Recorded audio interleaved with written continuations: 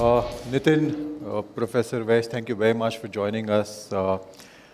We were talking about both of you being startups. In fact, you've been in the industry for about 5 years. You had a prior experience, and then you moved to starting your own company. Could you take us through your journeys of starting up? How did you start? Could you inspire us? Sure. My first company I started when I was studying at IIT Delhi. So it was a simple idea that a freelancer will go to your home and will do your makeup or haircuts. Similar to what Urban Clap is doing now. Okay. We had to shut it down. Then I started again. Then one fine day I was looking for data for my own business to grow, and obviously didn't have money being a startup. Okay. So I bootstrapped or hacked together an app which will collect data from everybody.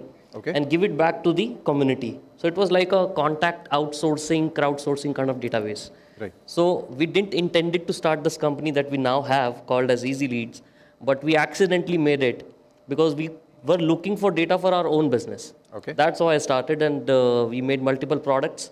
In very simplistic terms, what EasyLeadz has been, think of it more like a directory around the world of all the companies, all the people working in those companies. And every sales and marketer or a hiring person would need that data to reach out to them, to sell or market or do research. That's all EasyLeadz has been. And now, of course, with Dexter Agent, we are building an agentic layer on top of it that can do all the research for you like a human. Like a human being. Professor Vaish, could you tell us about your venture? So I've been in the field of robotics and AI for last almost 15 years. Okay. And we have been building robots. And recently we are more into medical devices.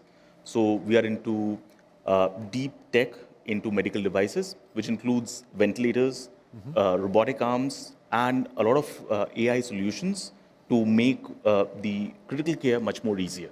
Okay. Yes. You mentioned agentic AI. Could you elaborate on what exactly is agentic AI?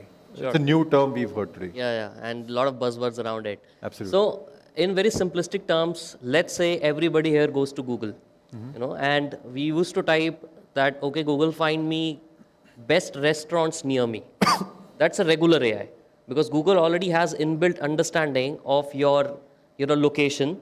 The Google is context aware of existing location where you are. Let's say I'm in Noida today. So Google is aware that I'm in Noida. So it will show me all the restaurants near me which are in Noida. And maybe Google knows that I used to search Mexican food a lot. So it will show me restaurants in the higher ranking order which have Mexican food as a menu. This is a regular AI. But think of agentic AI as a next step beyond this. So not only just Google will recommend me restaurants, but the agent will now start calling these restaurants and start booking a table for me. Okay. And not just that, multiple agents will act for me in the background.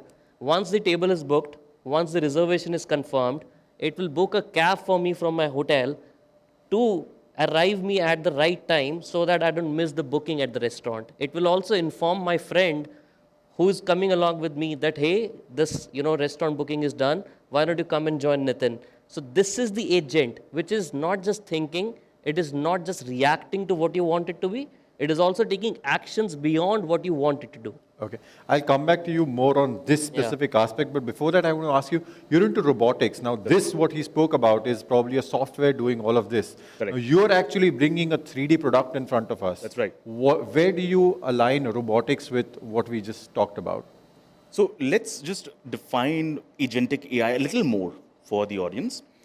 Right now, what we are using is ChatGPT and other GPT algorithms and the softwares which are generative in nature.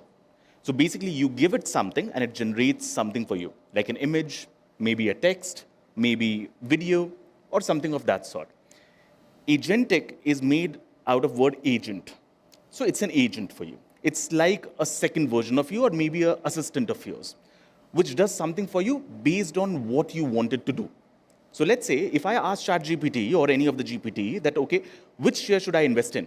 It will recommend me a share, right? But I have to go ahead and do whatever due diligence I have to do and go ahead and buy that share. Agentic system, on the other hand, will say, okay, listen, I think this is a very good thing to buy right now. I will buy it for you, right? And I think 5 to 10% of return over a month or two is very, very awesome for you. So what I'll do is whenever it reaches that point, I'll buy it for you, I'll sell it for you, and I'll give you that kind of a return. So it automatically does it for you. Now, in terms of the medical field, where do we go with this, right? Now, in the medical field, we have systems which assist the robotic surgery, where the doctor might be doing some mistake and it just corrects itself. That is what is being done right now. But in the future, you might be looking at most of the surgeries being on autopilot and the doctor stopping it from doing anything stupid. So it is going to be the other way around. That is where we are looking with the agentic AI in terms of the healthcare systems. Okay. You mentioned that it will make calls for you, it'll book a seat for you, it'll make calls to your friends, ask them if you want to join them. Now, what's the probability of all of this going terribly wrong and booking some restaurant that you probably don't want? I mean, when it comes to a restaurant, it's probably an error that we can afford to make. But what if it goes wrong and makes bigger errors that are unaffordable? You do have certain controls, and agents also are context aware. Like they have your entire background history. For example, if I go on today and tell ChatGPT, hey, do my skincare, right? So ChatGPT already has a lot of conversation done with me in the past. So it understands me. It knows my weight, it knows my height, it knows my age, everything. It knows my complexion history, it knows which all medications I'm on. So agents definitely will understand and take care of all the context. We call it, contextual memory of the agents, and take decisions based on that. And you can always limit the potential of where the agent has to stop. Agent will not go rogue and do things which are beyond its control. Precisely. Agent has a specific goal in mind that they're going to do. For example, with one of the things, I also run a podcast channel. One of the things that was very big problem for us in the podcasting space was going through the entire episode of 2 hours and figuring out which all are the parts that we have to remove from the entire episode to make it shorter and make it more appealing, right? Now we fed this entire episode of 2 hours into an agent. It has transcribed the entire conversation into the 2-hour episode to text. And then on top of that, it automatically have told me that these are the shorts or 30-second clips that you can deduct out of that entire 2-hour episode, and these are the potentially going to go viral on YouTube or go viral on Instagram. Oh, it'll also tell you what will go viral. We already do that. Lot of our growth, we have done almost 160 million views on YouTube in the last 6 months, and all by using AI. Just because of AI, because agent not only understand what to remove, it also understand what to pick. And how? It understand what's going on around the world. For example, with recent happening with the aviation industry, we know what's going on with the aviation sector, right? So anything that you talk about aviation industry is going to go up, because people are going to learn a lot about aviation industry with all the incidents that are happening around it. So naturally, if you already have content around it sitting in your pile of content, and you're not talking about that at that moment, you're basically missing on a gold mine. But if an agent also has an understanding that, hey, Nitin, this is what is going on around the world, and out of this 2-hour episode, of all the episodes that you've done, these are the topics that you should highlight more. So the agent has now given us understanding on what to talk about, what not to talk about, and when to post that.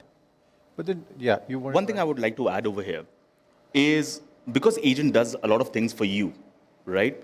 There's something called agentic bribing as well, which will happen, right?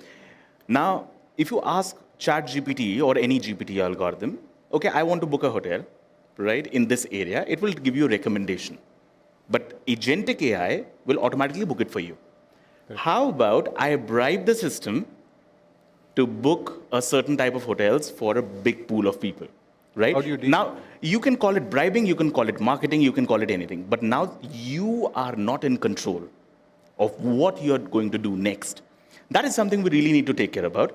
But obviously, there are good things, there are bad things. We have to take care of both things hand in hand. To add to what you in fact said right now, then is it a human being versus AI race right now? Because if you're really talking about what you just spoke, it necessarily means that, for example, if there is someone who is trading in stock market, an algo trader is probably going to be much better placed to tell what is going to make profits than a human trader. So is it a man versus AI race? Let me just give you a context over here for the audience and for you.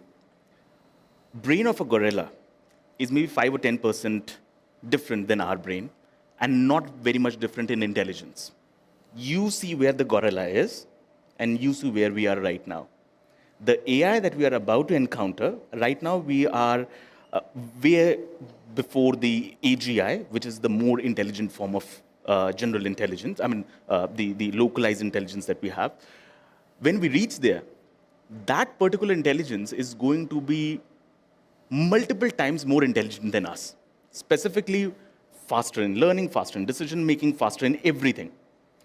So it is the first time in the entire world, because we have always lived in a world where there are a lot of physical things which are more stronger than us, but nothing that is more intelligent than us. This is for the first time in the entire history of mankind that we have something more intelligent than us. So obviously, it is going to play out very differently than it has ever before. It is not going to be like a tool or a car or a machine gun or a nuclear weapon. It is going to be much bigger than that. But obviously, at this point in time where we are right now, it is kind of like a tool where you have Einstein sitting as your personal assistant. That is how I would like to put it. If taken in the right direction, it will be, it will find cures to diseases which we have never thought about. It might find life on another ecosystem or a different universe. We don't know. But yes, it definitely is a race. But I'm very much sure that humans or the human intelligence is going to, be at top of everything. I do want to add on top of this, the question about man versus AI. To me, I feel like we definitely are on a fight at some extent, at least where the work is more repetitive in nature. Because most replaceable work today is the one that is very repetitive in nature, right? For example, one of our agents, Dexter agent, is used by a large travel company. And this travel company used to get around 20,000 people signing up on their website every day. Okay. But their sales team earlier used to call, which is a 80 person sales team. They used to call all these 20,000 people every day. Okay. And they obviously get tired. They get, they're not able to convert a lot of potential customers because calling 20,000 people every day was a big, big task. What our agent has done for them, instead of calling all these 20,000 people, the agent goes through each profile of these 20,000 people, evaluates them, scores them, that this particular person is a right fit for your business. This is not a right fit. Remove it. So instead of calling all these 20,000 people, now they're calling just 2,000 people and getting much better results. So their 80 team has now become 15 members. So their do is a fight between AI as well as humans. But then it's mostly currently is being done where the job of that work is very, very repetitive in nature. Okay. One thing which I also see here, which I would like to add to whatever you just said, one of the biggest competition is going into being in the field of consultancy. You have 100,000 consultants doing a problem-solving job, sitting in a room or traveling in different places. Imagine a system which is intelligent, which has all the data fed into it, because obviously it can cram data like anything. That kind of a job where some intelligence, some problem solving is involved is also going to be something that we have to look forward on how the humans versus AI is going to be. Okay. Because that is something, because see, how many of you have seen Courage the Cowardly Dog from the audience? You've seen that? A lot of Gen Zs, you have missed out on something. So in Courage the Cowardly Dog, there was this dog typing everything into the screen. And back in the day when I was a kid, I thought it was impossible, like 20, 25 years ago, right? And see where we are right now. We're actually using that, right? Correct. So you really can't think in another 20 years of time what all things which we might think is impossible can actually happen. I really think as agentic AI is going to be very, very helpful, obviously in the repetitive task, but also in a lot of hard problem solving, because agentic AI is very good at solving multiple problems at once. Right. It's not like a generative AI model where you give it a problem and it solves it, and then you give it another problem and so on and so forth. It takes a problem, okay, I need to find cure to this disease. Why is this disease in the first place? What are the symptoms? How do I cure these symptoms? What are the possible products? It can go to different places and come down to a more narrower solution or possible cure. So, we never know where we end up, but agentic AI is going to be a holy grail in terms of, problem solving as well.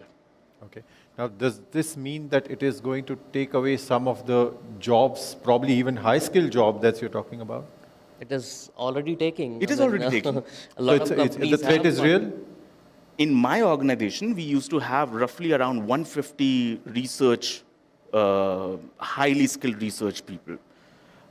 What we used to take around a year or year and a half to develop, now I have approximately 20 people doing the same work which was done previously in a year, maybe in a month or maybe even less than that. So even if, let's say, if I have to do a material selection that, okay, what material should I use to make this watch, right? I can, instead of me going to a material scientist, I can just ask a generative model, right? What should I use it? And it will give you a more accurate answer than any human can, right? So obviously, this is going to happen. When cars came into existence, right, horses were out of order, right? True. Similarly, yes, reskilling needs to be done. The job environment will be reshuffled. I would say, I won't say job losses, but reshuffled. But a lot of places we should be really thinking about, especially in the Indian IT industry, which is very heavy on coding. Okay. A lot of coding is going to happen with AI agents, right? And we really need to think about it. But now you think the positive side of it, right? I don't want to take it in a very pessimistic view.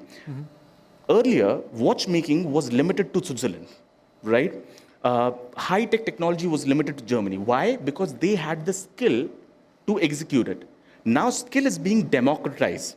Everyone has the same level of information, same level of resources because of AI available to them. So if we as people, right, start using AI, instead of a team of 200 people, you can start a new company with just 5 people and give the same results which earlier used to take, an army of people. So India is at a very intelligent position where we know how to use these AI systems. We just need the people to, make the right products out of it. Because, when you look at China, China was a cheap labor country. Now it moved to a high-skilled labor country where, if you want to make anything high-tech, you go to China, right? It happened because they skilled their people. Right now, they can do things which no one else in the world can do.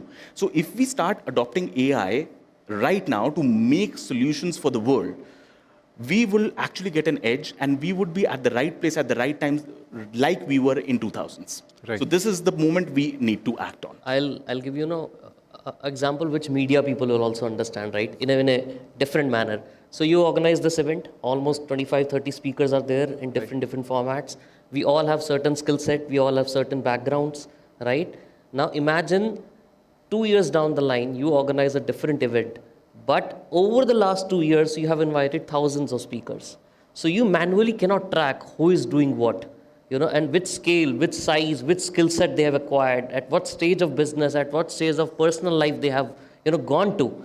Imagine an agent, and it is possible right now. I'm not telling you to imagine. It is already doable now. Is already having the access or the information of all the people who have appeared in Republic TV's event over the last 2-3 years, and then telling you each and every time that, you're organizing this event, these are the 10 top people who are best fit for this event, and also on top of it, pair these 2 people together because they will have contrasting views. Okay. So this is how the agent can also work for all the use cases. It understands the context, it understands the nuances, it also has the memory and can do better recommendations as well as actions on top of it. But then here, for the organizer, it may be a benefit. Yeah. But what about the data that it is actually accessing of? I mean, what about data breaches in that case? That's point number 1. Yeah. Point number 2 that I want to bring you to is that today we saw Warren Buffett's voice being, replicated. What are the risks involved in this? When data or AI models are, getting into your life and breaching into your life and extracting all the data for the benefit of somebody else. I mean, if you would have played that video I would had, you would have not even imagined the kind of, AI avatars people are making. I used to travel a lot because of my work, and a lot of times I could not manage to create content. So for creating content, I have to be physically present in a studio, but using AI avatars, I had created a personalized avatar version of myself, which understands my reaction, which understands how I speak, how, I move my hands, all of that, and creates my videos without me being there present fully. This is already happening. This is already live. And to answer your question about the risk associated with it, Definitely. But if you understand, an agent who is creating it is also another agent who also can detect it. Because they know how the framing works technically, how the production works technically, the nuances of the video production, frame by frame. So definitely there are ways to stop it. In fact, YouTube have recently said that if you release a video which is created using AI from 15th of July, somewhere down the line, they have said they are not going to pay any money on the ads that are being generated on top of AI videos. Okay. Right? So they have just announced that. So they are already able to detect which is fake and which is not fake. So it is not that we are not able to detect which is an AI avatar video or a DeepSeek video. It's totally detectable. Okay, then I want to bring you to the next one. I mean, we're talking about data.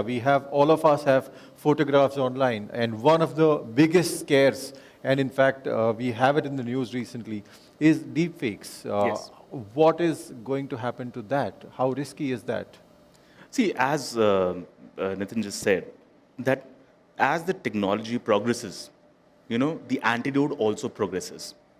At this point in time, if a company wants to sell something to you, it can, with a 90% accuracy, sell it to you if they target you through Instagram ads, through cookies, through all those things. It manipulates how you think.